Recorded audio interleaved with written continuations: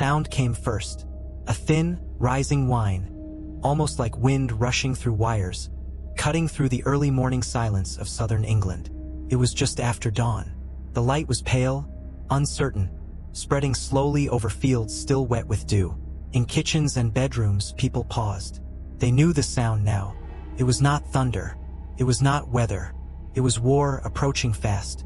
Somewhere above the clouds, engines were already straining at full power. This is the story of the morning Britain refused to fall.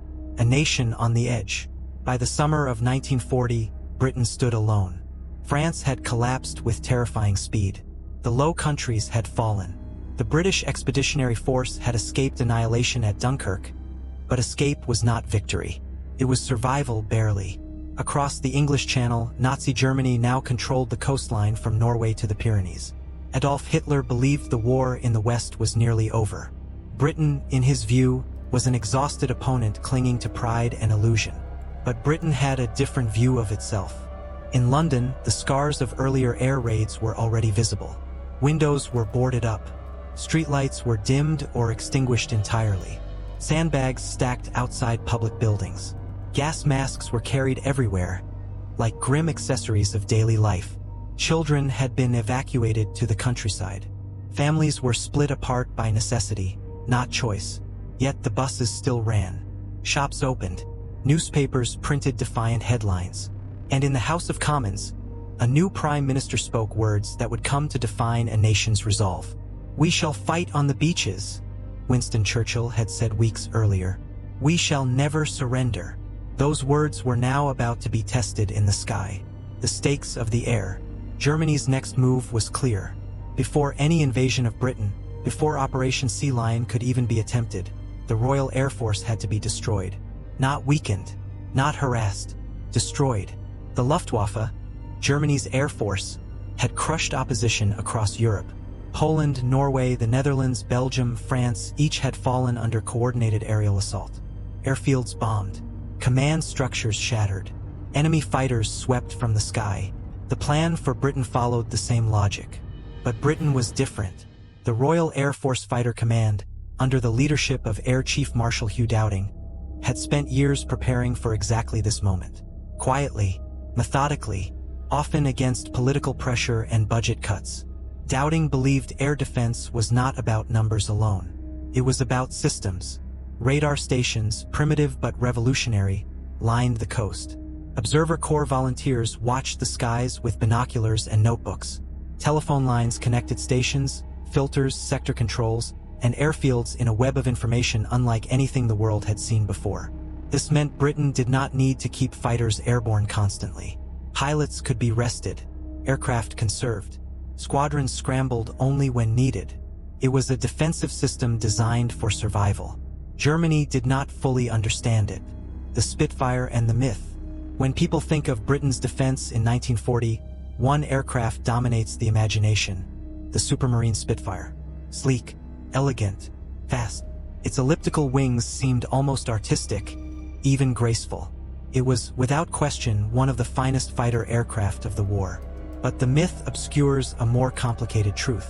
The Spitfire was not alone.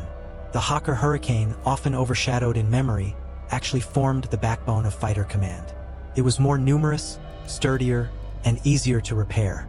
Hurricanes would engage German bombers. Spitfires would take on enemy fighters. That was the theory, at least. And then there were the men. Young men, many barely in their 20s. Some fresh from flying clubs. Some veterans of earlier campaigns. Some from far beyond Britain: Poles, Czechs, Canadians, Australians, New Zealanders, and others who had fled occupied Europe to keep fighting. They were not supermen. They were tired. They were afraid. And they knew the odds. Dawn Patrol, the day that would later be remembered as one of Britain's defining moments, began like many others in August 1940. At RAF stations across southern England, pilots woke early. Some had barely slept. The scramble bell could ring at any moment, and often did. Breakfast was hurried. Tea was gulped down. Cigarettes were smoked quickly, nervously. Ground crews worked through the night, repairing bullet holes, patching fuel lines, rearming guns. Aircraft that landed at dusk would often be flying again by sunrise. In the early light, Spitfires and Hurricanes sat in dispersal pens, camouflaged and silent. Pilots lingered nearby, trying to relax, joking half-heartedly, staring at the sky. Then the radar plots began to fill. Blips appeared on the screens, dozens then hundreds forming over the channel. German bombers were assembling, escorted by Messerschmitt Bf-109s and Bf-110s. The size of the incoming force was unmistakable. This was not a raid. This was an attempt to break Britain's back. Scramble! The order came down the chain. Phones rang. Controllers shouted coordinates. Sector stations issued the command every pilot lived for and feared in equal measure. Scramble! Engines roared to life. The calm of the airfields shattered. Ground crew pulled chocks away. Aircraft taxied, turned into the wind, and accelerated down grass runways. Spitfires lifted into the sky, wheels retracting, sunlight flashing off their wings. Hurricanes followed close behind. Above them, the sky was already changing. Contrails streaked high altitude, thin white scars drawn across the blue. The sound of distant engines deepened into a continuous thunder. Pilots climbed hard, straining to reach altitude before the enemy crossed the coast. Oxygen masks were fitted, canopies closed. Radios crackled with clipped instructions and warnings. For many, this was not their first combat. But no amount of experience made the next moments easier. First contact. The first encounters happened fast. German bombers, Heinkels, Dorniers, Junkers, flew in tight formations, defensive guns bristling from their noses, tails, and bellies. Their mission was simple: destroy RAF airfields, radar stations, and aircraft on the ground. The escorts were there to stop the fighters. When British pilots broke through the cloud and saw the formations ahead of them, the scale of the attack became terrifyingly clear. The sky seemed filled with aircraft. Sunlight glinted off glass noses and spinning propellers. Training vanished. Instinct took over. Pilots dove. Guns fired. Tracers arced through the air. Aircraft twisted and rolled violently, trying to evade or pursue. Within seconds, the sky dissolved into chaos. A Spitfire pilot might line up on a bomber, fire a 2-second burst, and then be forced to break away as a Messerschmitt flashed past his canopy, guns blazing. A Hurricane might press home and attack through a hail of defensive fire, feeling the aircraft shudder as bullets struck fabric and metal. There was no time to think about strategy, only survival. On the ground below, far beneath the fighting, civilians watched. In villages and towns along the coast, people gathered outside despite the danger. They looked up as formations passed overhead, counting aircraft, pointing, whispering prayers. Some could tell the difference by sound alone. The deeper, steadier drone of bombers, the sharper snarl of fighters, the sudden crack of anti-aircraft fire. When bombs fell, the earth shook. Airfields were hit hard. Runways cratered. Hangars burned. But rarely did the damage last. Repair crews rushed in as soon as the raids ended, filling craters, clearing wreckage, restoring operations sometimes within hours. This resilience was invisible from the air. German reconnaissance would report airfields destroyed, again and again. But the RAF kept flying. Losses and courage. By midday, exhaustion set in. Pilots landed, refueled, rearmed, and took off again, sometimes 3 or 4 times in a single day. Sweat-soaked flight suits. Faces were streaked with oil and grime. Hands shook as cigarettes were lit. Some pilots did not return. Empty chairs in mess halls said everything that words could not. Friends vanished in seconds, leaving only unanswered questions. Had they bailed out? Had they crashed? Were they alive? There was no time to mourn. Another raid was forming. The meaning of the morning. By evening, the skies began to quiet. The Luftwaffe had taken losses, more than expected. Not catastrophic, but significant. Fighter command had been battered, but it still stood. Radar stations still functioned. Airfields were still operational. Squadrons were bruised, but not broken. For the first time, a truth began to emerge. Britain was not collapsing. Germany had expected a rapid decision. Instead, it faced a grinding battle of attrition. One it had not planned for, and one it might not win. That morning did not end the Battle of Britain, but it defined it. It proved that Britain would fight, not just with speeches and slogans, but with men in cockpits at dawn, climbing into a sky filled with enemies, knowing the cost and paying it anyway. As night fell, pilots slept where they could. On chairs, on floors, in their clothes. And across the channel, German commanders studied reports, puzzled and increasingly frustrated. The island was still there, still defiant, still flying.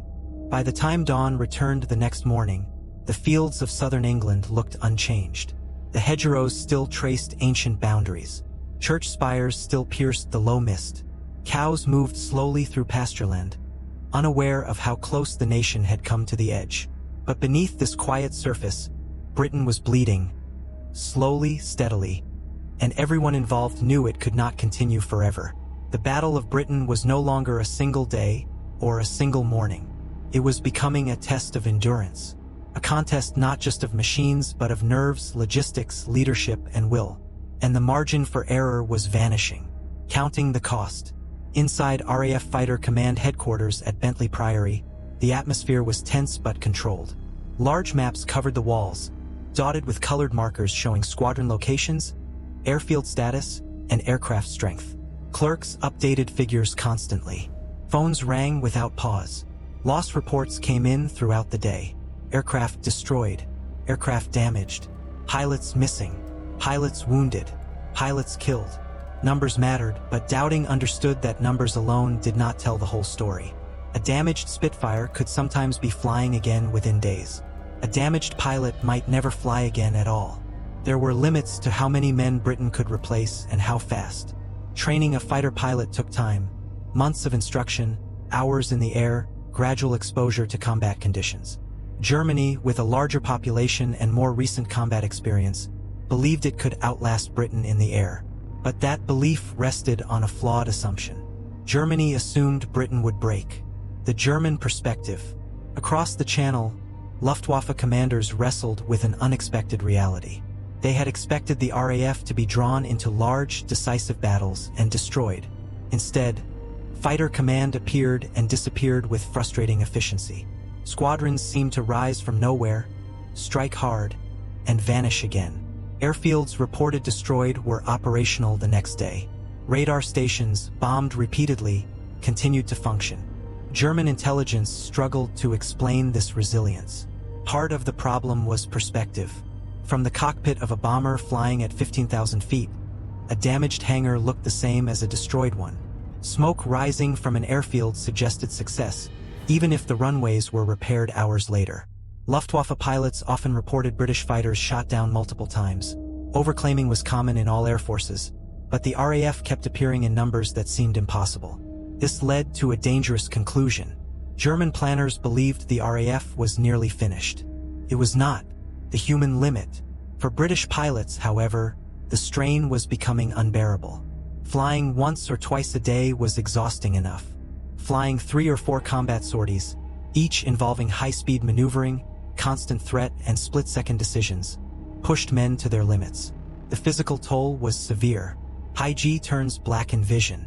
Oxygen deprivation caused headaches and nausea. Hands cramped from gripping controls. Ears rang constantly from engine noise and gunfire. The mental toll was worse. Every climb carried the knowledge that this might be the last one. Every landing raised the question of who would not return. Pilots learned not to ask too many questions when someone was missing. They learned not to form habits of grief. Some coped with dark humor, others with silence, many with cigarettes and tea. And yet, when the scramble bell rang, they ran. The foreign squadrons. One of the Luftwaffe's greatest miscalculations was underestimating the diversity of Britain's defense. Polish pilots, many of whom had fought since 1939, brought with them a fierce determination forged by occupation and loss. They had seen their homeland crushed. They were fighting not just for Britain, but for revenge.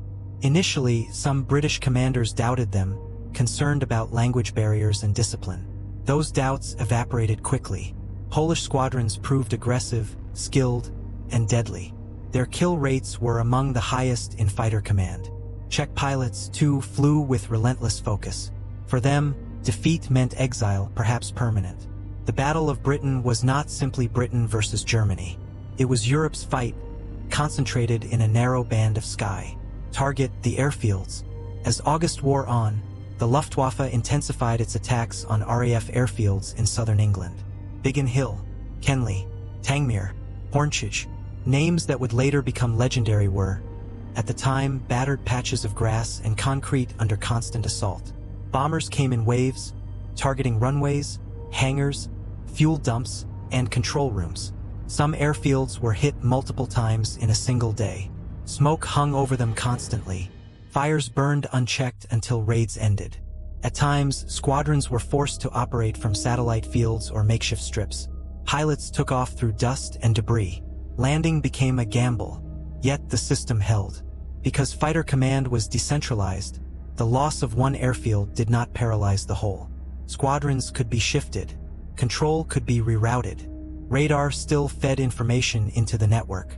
This flexibility frustrated German attempts to land a knockout blow. Radar, the invisible weapon.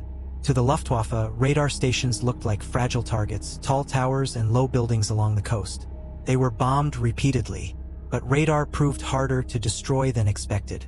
The towers themselves were steel lattice structures that could withstand near misses. Equipment was often protected underground. Even when a station was damaged, repairs were usually completed within hours. More importantly, Germany never fully grasped radar's role. They believed it was supplementary, a warning system at best. They did not understand that it formed the backbone of fighter command's decision-making. Without radar, Britain would have been forced to keep fighters airborne constantly, exhausting pilots and fuel supplies. With radar, Britain fought efficiently. And efficiency, in a war of attrition, was everything. The turning point that wasn't supposed to happen. By early September 1940, Fighter Command was under immense pressure. Aircraft losses were heavy. Pilot fatigue was critical. Some sectors were operating at the edge of collapse. This was the moment Germany came closest to victory. Then, unexpectedly, the focus shifted. After a series of bombing raids reached London, some accidental, some retaliatory, Germany changed strategy. Instead of concentrating on RAF airfields, the Luftwaffe turned its attention toward Britain's cities. The Blitz had begun. London became the primary target. From a human perspective, the suffering was enormous. Civilians were killed in their homes. Entire neighborhoods were destroyed. Fires raged night after night. But militarily, the shift was decisive and fatal to Germany's objectives. RAF airfields were given breathing space. Pilots slept. Aircraft were repaired. Squadrons regrouped. The thin line in the sky grew stronger. September 15, 1940. One day, in particular, would come to symbolize Britain's refusal to fall. September 15th. On that Sunday, the Luftwaffe launched massive daylight raids against London, believing Fighter Command to be on the brink of collapse. Instead, they encountered a defense that was very much alive. Squadron after squadron was committed. Fighters rose to meet the attackers in waves. The sky above southern England became a vast battlefield, visible even from the ground in London. Church bells rang that evening, not as an air raid warning, but in celebration. Losses on both sides were heavy, but the message was unmistakable. The RAF was not beaten. Operation Sea Lion was postponed indefinitely. Britain would not be invaded. The quiet afterward. As autumn approached, daylight raids diminished. The Battle of Britain, as a distinct phase of the war, began to fade into history. But for those who fought it, the effects never faded. Many pilots carried the memory of burning aircraft, falling friends, and narrow escapes for the rest of their lives. Some never flew again. Others went on to fight in new skies, over Europe, Africa, and beyond. Britain survived. Not because it was invulnerable, but because at its weakest moment it refused to yield. And because at dawn, when the sky filled with enemies, men climbed into fragile machines and went to meet them. What followed would change the course of the war and the world. But it all rested on those mornings, when Britain stood alone and held. When the nights grew longer and the days shorter, the character of the war above Britain changed. The roar of engines at dawn became less frequent. Daylight formations thinned. The Luftwaffe shifted increasingly to night bombing, trading precision for terror. The Battle of Britain, as it had been fought in the summer skies, was over. But what it had decided would echo for years. After the storm, for those who survived, there was no sudden sense of victory. There were no parades on the airfields, no grand announcements declaring triumph in the mess halls. The men who had fought simply carried on, repairing aircraft, training replacements, preparing for whatever came next. Some squadrons were rotated north to rest. Others remained on the front line, guarding the coast. Many pilots discovered that standing down was harder than fighting. Sleep came in fragments. Sudden noises triggered reflexes formed under fire. The war had branded itself onto their nerves. In official communiques, Britain had won the Battle of Britain. But among the pilots, the word felt too clean, too simple. Too many chairs were still empty. The ones who did not come back. The losses were permanent. Young men who had arrived at RAF stations laughing, joking, full of bravado, were now names etched into memory, and later into stone. Some were never found, their aircraft lost to the sea. Others lay buried in quiet English churchyards, far from the homes they would never see again. For ground crews, the losses were different but just as personal. They remembered which aircraft always came back shot through, which pilot liked his tea strong, which one whistled before takeoff. Then, one day, those aircraft returned without their pilots. There were no speeches to fill that silence. Only work, Churchill's words, and the truth beneath them. In the House of Commons, Winston Churchill delivered words that would become immortal. Never in the field of human conflict was so much owed by so many to so few. The phrase captured the imagination of the world. But even Churchill understood that the truth ran deeper. The few were not only the fighter pilots. They were the radar operators who stayed at their posts during bombing, the telephone operators who relayed orders without pause, the mechanics who worked under fire, the civilians who endured the raids and kept the country functioning. This was not a victory of heroism alone.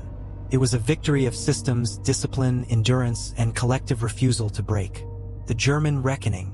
Across the channel, the failure sank in slowly. Operation Sea Lion was never formally cancelled, but it became a fiction. An invasion plan without air superiority, without momentum, without belief. German commanders quietly understood that Britain was no longer vulnerable in the way Hitler had imagined. The war would not end quickly. Germany turned east. The Soviet Union would soon become the next battleground. Resources, attention, and lives were diverted elsewhere. But the consequences of that failed summer remained. Britain was still in the war, and that fact changed everything. A turning of the tide. Because Britain held, the Atlantic remained open. Because Britain held, American support, initially cautious, could flow more freely. Lend-lease, bases, cooperation, planning. Because Britain held, there would be a place from which Europe could one day be liberated. D-Day did not begin on the beaches of Normandy. It began in the skies over southern England in 1940. Memory and meaning. In the years after the war, the airfields grew quiet. Grass reclaimed runways. Hangars were repurposed or abandoned. Some stations vanished entirely, leaving only faint traces in the landscape. But memory endured. Veterans returned, sometimes alone, sometimes with families, to stand where dispersal huts once stood.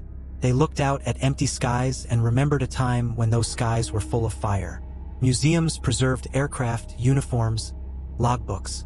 Names were read aloud at memorials year after year. And gradually, the battle passed from living memory into history. The dawn that endures. What makes that dawn endure is not just what happened, but what did not. Britain did not fall. Not because it was unafraid. Not because it was invincible. But because, when defeat seemed inevitable, it chose resistance over resignation. At dawn, when engines rose into the sky and the future hung in the balance, ordinary people performed extraordinary acts. Not for glory, but because there was no alternative they could accept. The Spitfires climbed, the hurricanes followed, and a nation held its breath. The sky became the battlefield, the morning became the moment, and history changed course.